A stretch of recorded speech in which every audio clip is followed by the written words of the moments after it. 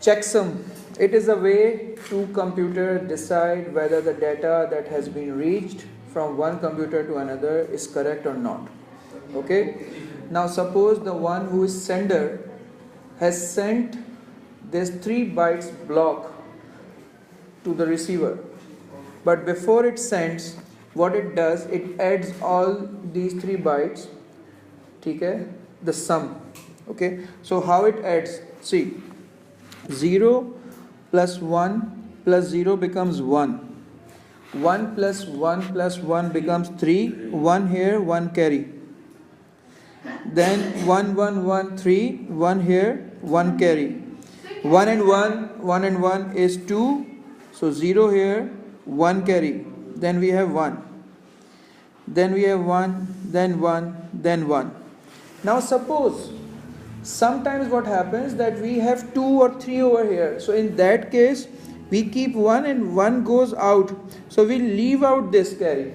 This is what I meant in the notes. That if the bit goes out of the byte, we just leave it. And then we find out, okay, which number is this. So we will add up 1, 2, 4, 8, 16, 32, 64 and 128.